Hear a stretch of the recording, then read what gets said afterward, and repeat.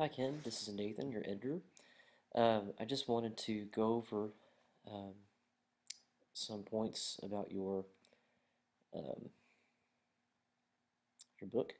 I want to apologize first for if I repeat myself. I can only do one take. Um, I don't have a whole lot of time tonight, so I just wanted to go over a few things about um, your book. First of all, I want to say congratulations for making it this far. I think you did a great job. As far as the goal of the book, I also think it was well researched. Although, I must say, as a professional scholar, I thought you showed your hand a little too much. You did a lot of things like double citation that you didn't need to do, and that's okay with this draft.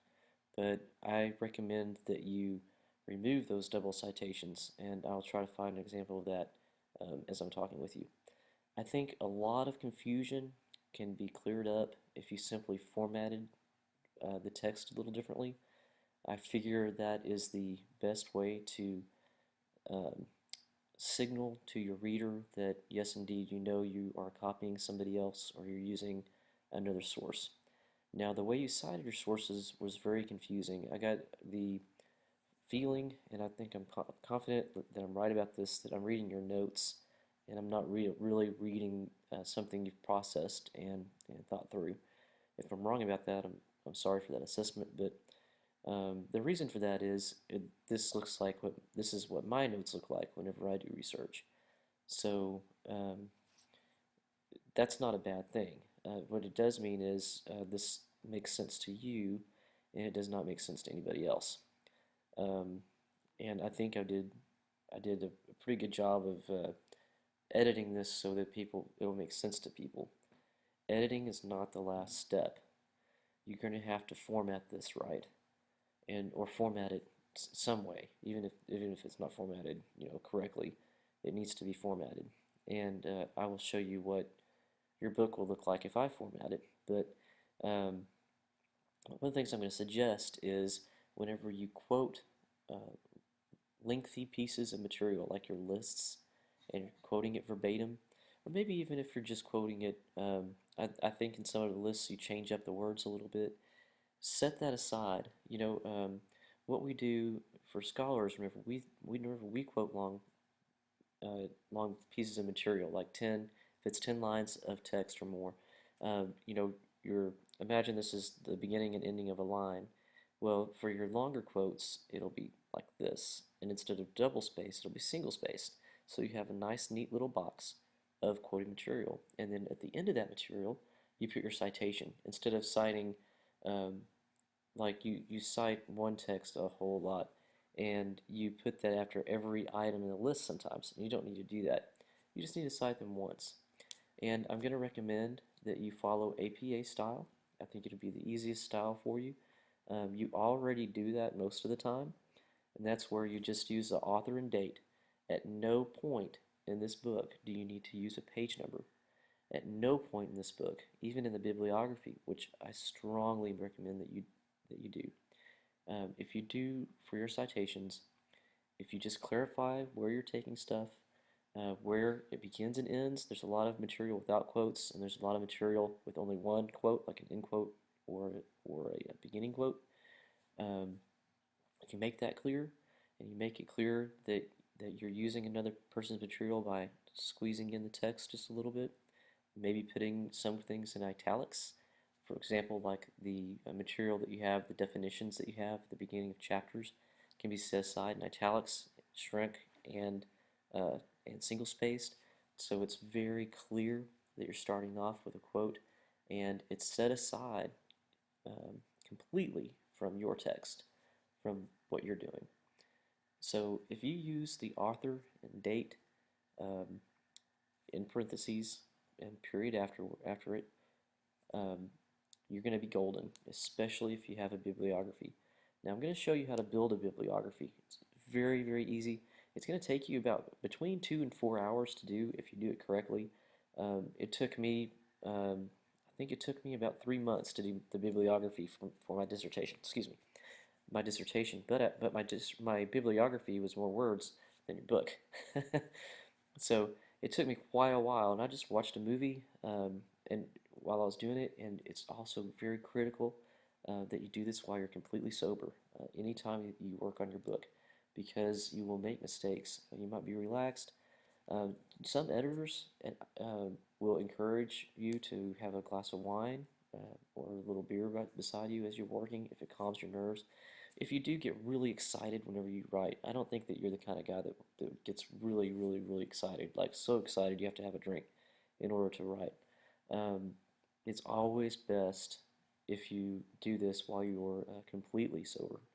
And and I say that because a lot of people write their books when they're relaxing.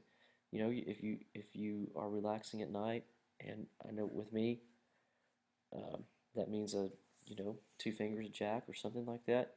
Um, people want to be relaxing and having a good time while they're writing. If you do that, it's gonna hurt you. So anyway, that's just word to the wise. I advise all of my clients to do that, and I don't know anything about you, but um, anyway, I do encourage you to do that. So I'm going to teach you how to do your bibliography before I end this session. I have a way to do it. I've been doing bibliographies for a very, very long time, and I know from painful experience how to do it correctly. So at no point in your book do you need a page number. At no point in your book do you need copyright. And sometimes you spell that incorrectly, and I do not correct you on that because you don't need it. You need to standardize all of your citations to where they look exactly the same. And I did also note sometimes where you appeared to be quoting from a book and you listed two books. You can't do that. You can only be quoting from one book, even if your favorite book quotes somebody else and you want to attribute it to them. You need to at least pretend like you went and read the other book and you're quoting from them. The reason for that is you can't control how many other people quote a certain author. You need to be quoting the author and not somebody else. So I flagged a couple of those. Okay, now I wanted to show you, we're looking here at your corrected text. Um, just in case you don't know how to do this here is Word 2010.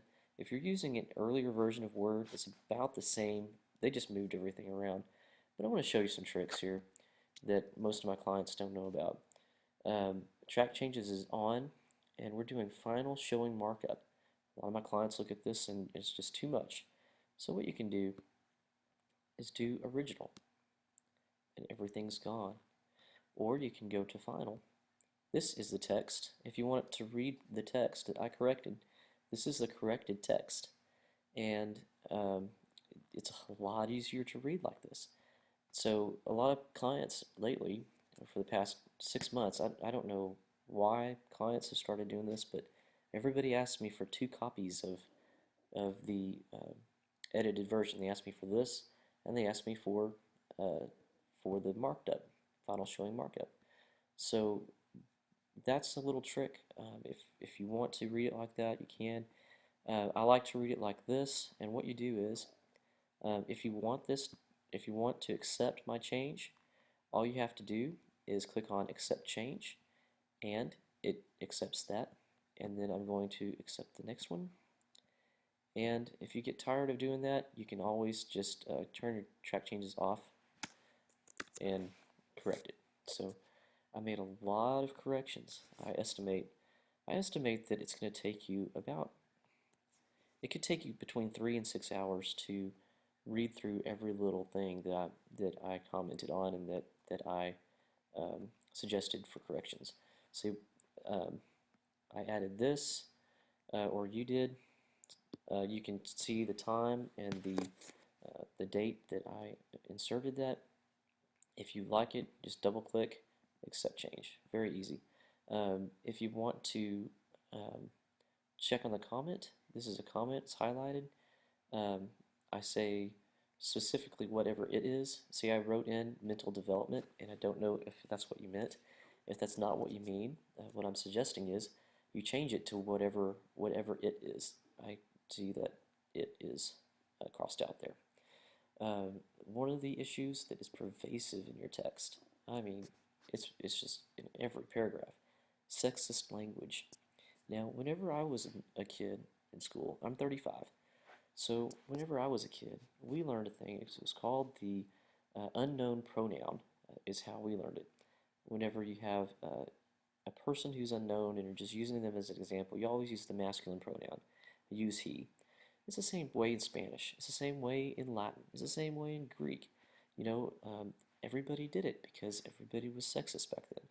So now, even though, Ken, you're a good guy, um, now it's sexist to do that. And the reason why is our culture has changed. You know, you cannot, you can no longer use masculine pronoun for an unknown because the masculine pronoun no longer includes women. So if you use he or him, his, and you are referring to both men and women in your mind, your paper is not reflecting that. So there was a couple of times, one time you used George as an example, and then you can use he if you're talking about a specific person, and um, you might want to look into uh, reconstructing some of your sentences because there's some sentences where you have he in the sentence 8 times, and that turns into she, he, or his, him, her. They use a slash every time, and that really makes the sentence look bad. Um, I'm sorry about that. I don't like the way it looks. I don't like that we have to do it, but you're writing in a different world, and it's a world where he, him does not include her. So one thing you can do, and this is something that I've done in my writing, I will use he in one paragraph, and the next paragraph I will use she. So you're alternating back and forth.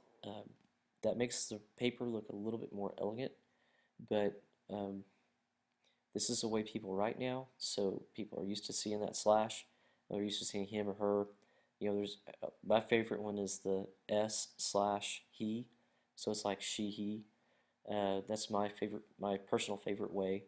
But anyway, that's something that you're going to see a lot. And I got tired of messing with it, and whenever I was double checking, I found a couple paragraphs and I just noted it on the side.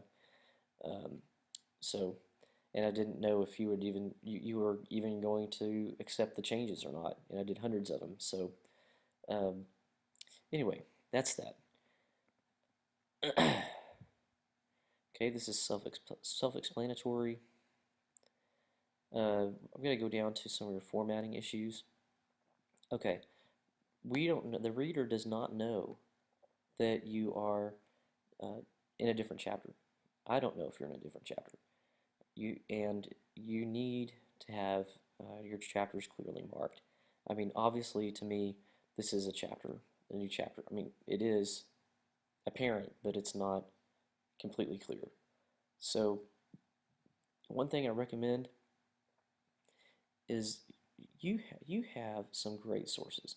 You have a ton of sources, and there is no reason at all why, as a reader, I should have a free dictionary definition at the top of a chapter.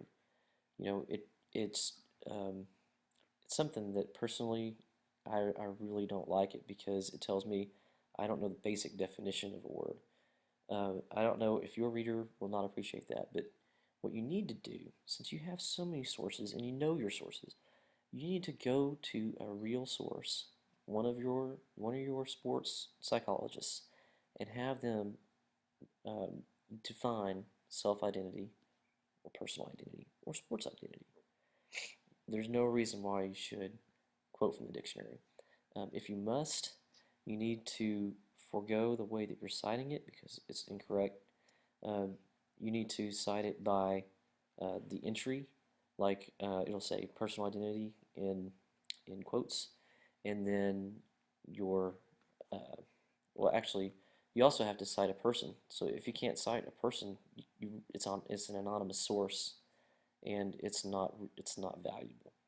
You know, that's something else I flagged a lot.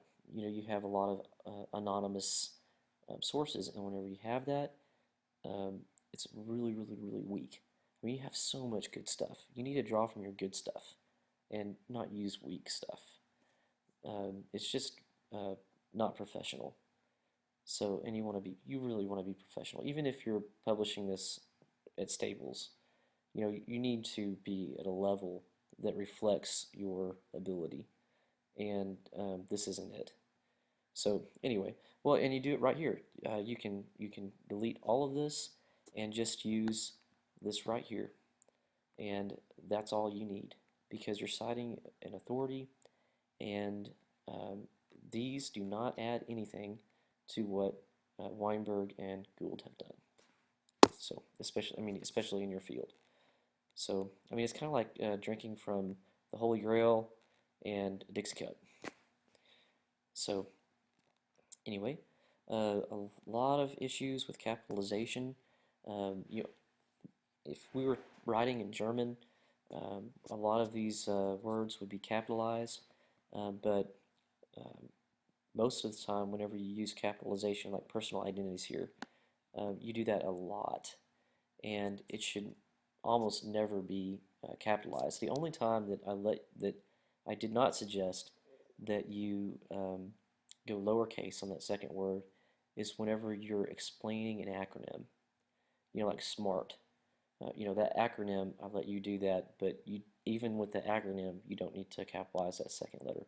If this was German, you would be capitalizing everything because they capitalize all their nouns. But because this is English, um, it's just too much, especially if it's in the middle of a sentence. You could probably get away with it at the beginning, but in English we do not capitalize like that. So, and I don't mean to be condescending or anything when I say use different languages, because I never know what language. I work with people all over the world, and English isn't a second language. Obviously, it's your first language, or you're just outstanding at English. But anyway, let's see. Anytime you have more than one person, like you cite Weinberg and Gould a lot, that's okay. Um, but anytime you have more than one, you need to do et al. There's a couple. I know you know how to use it. I know you use et al. But anytime you never cite more than two people. That's the rule of thumb. So whenever you're working on your citations, you need to make sure that you never list three people like this. And also, you never need to. This ampersand symbol should never appear in your text. It can appear in your bibliography if you have a publisher, like it's in their publisher name, like T&T Clark is a publisher that I use a lot. The ampersand is actually part of their um, title. Like if you go to their building in Germany, it'll say T ampersand T Clark. That should be the only time it appears. You need to always use and. Um, so I mean, it's one of the things that people like me, and they read a lot. If you see this in the text, you know that it's not, the editor didn't do his job. So, okay, whenever you have a quote like this, you shouldn't have um, it should appear like that, and the period should be at the end of the sentence. So that's how you're going to do all of your in-text citations. Anytime you have um, in a paragraph, like this is a paragraph here, and this is a sentence, so it goes at the end of the sentence. And you're not going to be using more than one author, you're not going to be using your ampersand, and you're always going to have the date. Now, date is very important, and you leave it out occasionally, not very often. The reason why is because a person who's knowledgeable in your field knows about the important advances in the field. Like, I know the important advances um, in a lot of different things. So I know that if something is published before 1966, they only use certain types of methods. If it's after 1966, they use more advanced methods. So I know that if I'm reading something from 1925, that they have not developed the proper way to um, interpret the data. So I know I need to know that whenever I'm reading somebody citing something. because it helps me contextualize. Well, it helps me know, do I need to take this with a grain of salt, or is this something that even though um, even though technology has come so far, um, that 1925 thing is still important, and you make that a point. But you absolutely have to have the date, and you have to have the author. If you can't have one or the other, if you can't have both, then you're you can't use that source because the source isn't good enough. Okay, you need to normalize your lists. You have different ways of listing things. Sometimes this is in bold, sometimes it's numbered, sometimes it's not numbered, sometimes it's underlined. Sometimes there is a dash here, sometimes there's not a dash. You need to make all of your lists the same so your reader knows, hey, I'm reading a list. And if you format it differently, the reader's wondering what's different. And reader, instead of reading or listening to you, they're trying to figure out what's going on. You don't want that to happen. You want to be nice to your reader, help your reader along, and make sure everything is formatted the same. Okay, for your lists, I recommend in my formatting of your book, you make those margins smaller, put it in single space, and have your single citation at the end. Instead of, like I said earlier, you have a citation here that you don't need, you have a citation here that you don't need, you have a citation here that you need, and I don't know if this is part of this. That's what I believe that's highlighted here. But you cite these guys a lot, and there's no reason to cite them too much.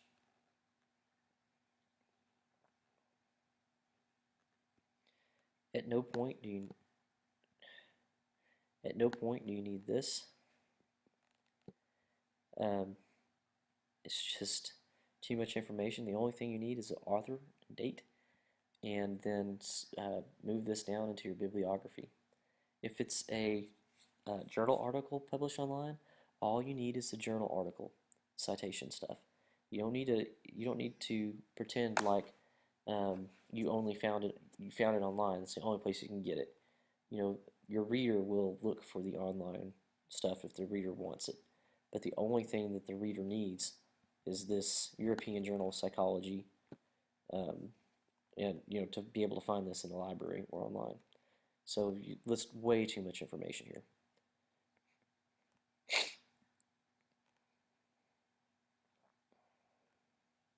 Okay, and this one didn't have, normally you have questions listed here, um, and you need to have all of this formatted the same. So I think I solved your problem of citation. So what I'm going to do is I'm going to open up a different copy of this. I'm going to show you how to do your bib. I play guitar, and one of the things that they teach you in building guitars is you take a block of wood and you cut away everything that's not a guitar. So what you do is, in order to make sure that everything in your book is cited in your bibliography, you do this. You go down to where your citations are, and you just cut everything out. And what you're left with is bibliography. And you might have to, get online and look at more information. I did give you a few of these. I gave you the more bibliographic information, but making sure that I got that. You already got Gould. Hopefully you see what I'm doing.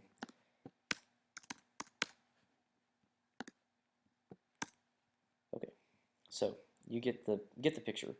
So you're going to end up with all of this stuff, and you need to make sure that you have all of your information. How do you do that? Well, you go to the Purdue OWL,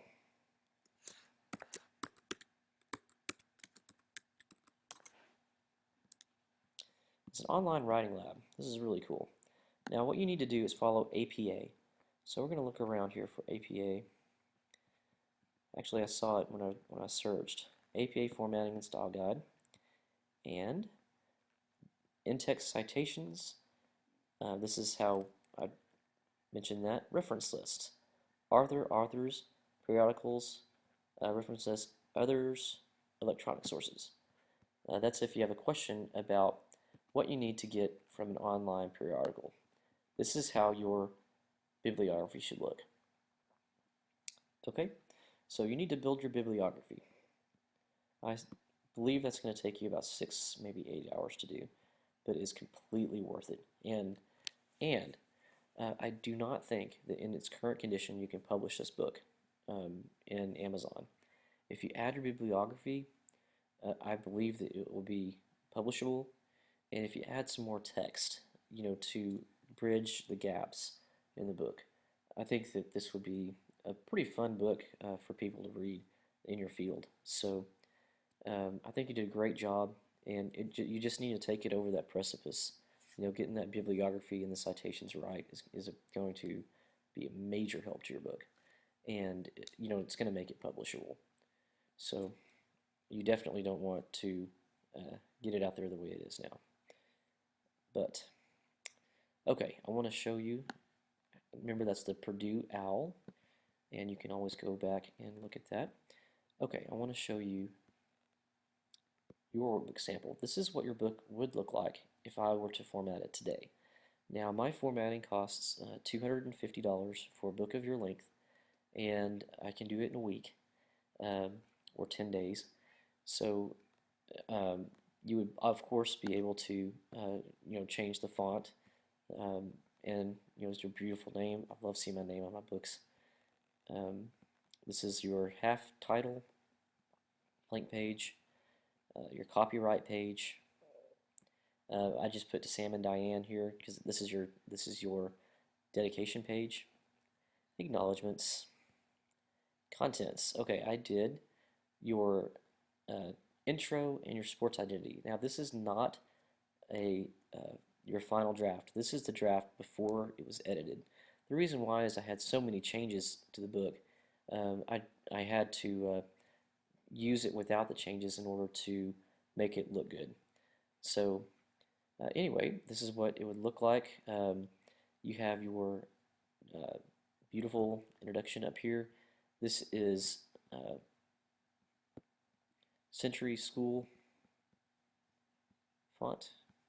I kind of like it for books like this, but it could be anything. But you notice that you have just you have indentation. This is 1.5 spaces.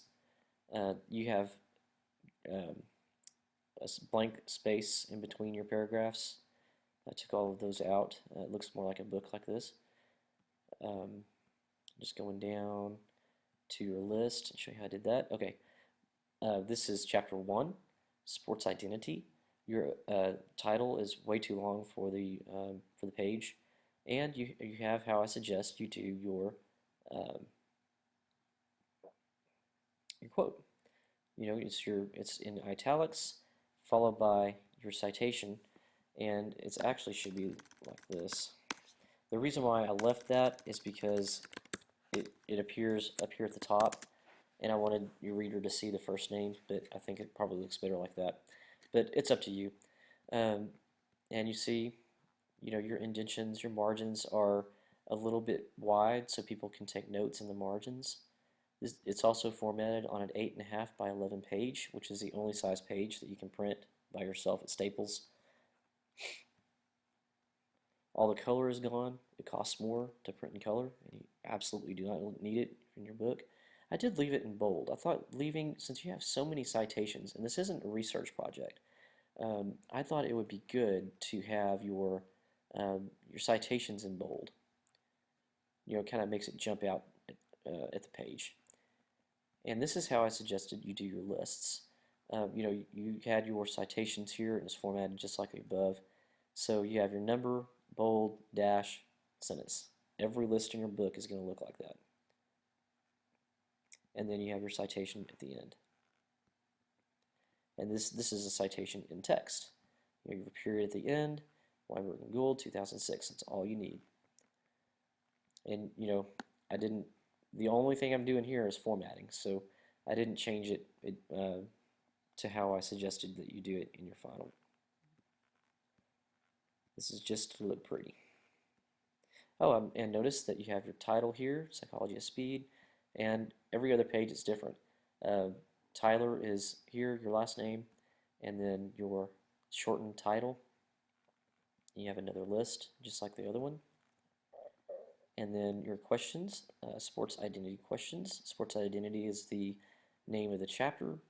And then, you have your single-spaced questions in bold, double-spaced or space and a half for your questions. So I believe this is long enough. If you have questions, let me know. Because I'm doing a video, I'm not doing a printout report of things that you need to change, but I'm happy to do that if you need it. Thanks for watching. And thanks for choosing me to edit your book.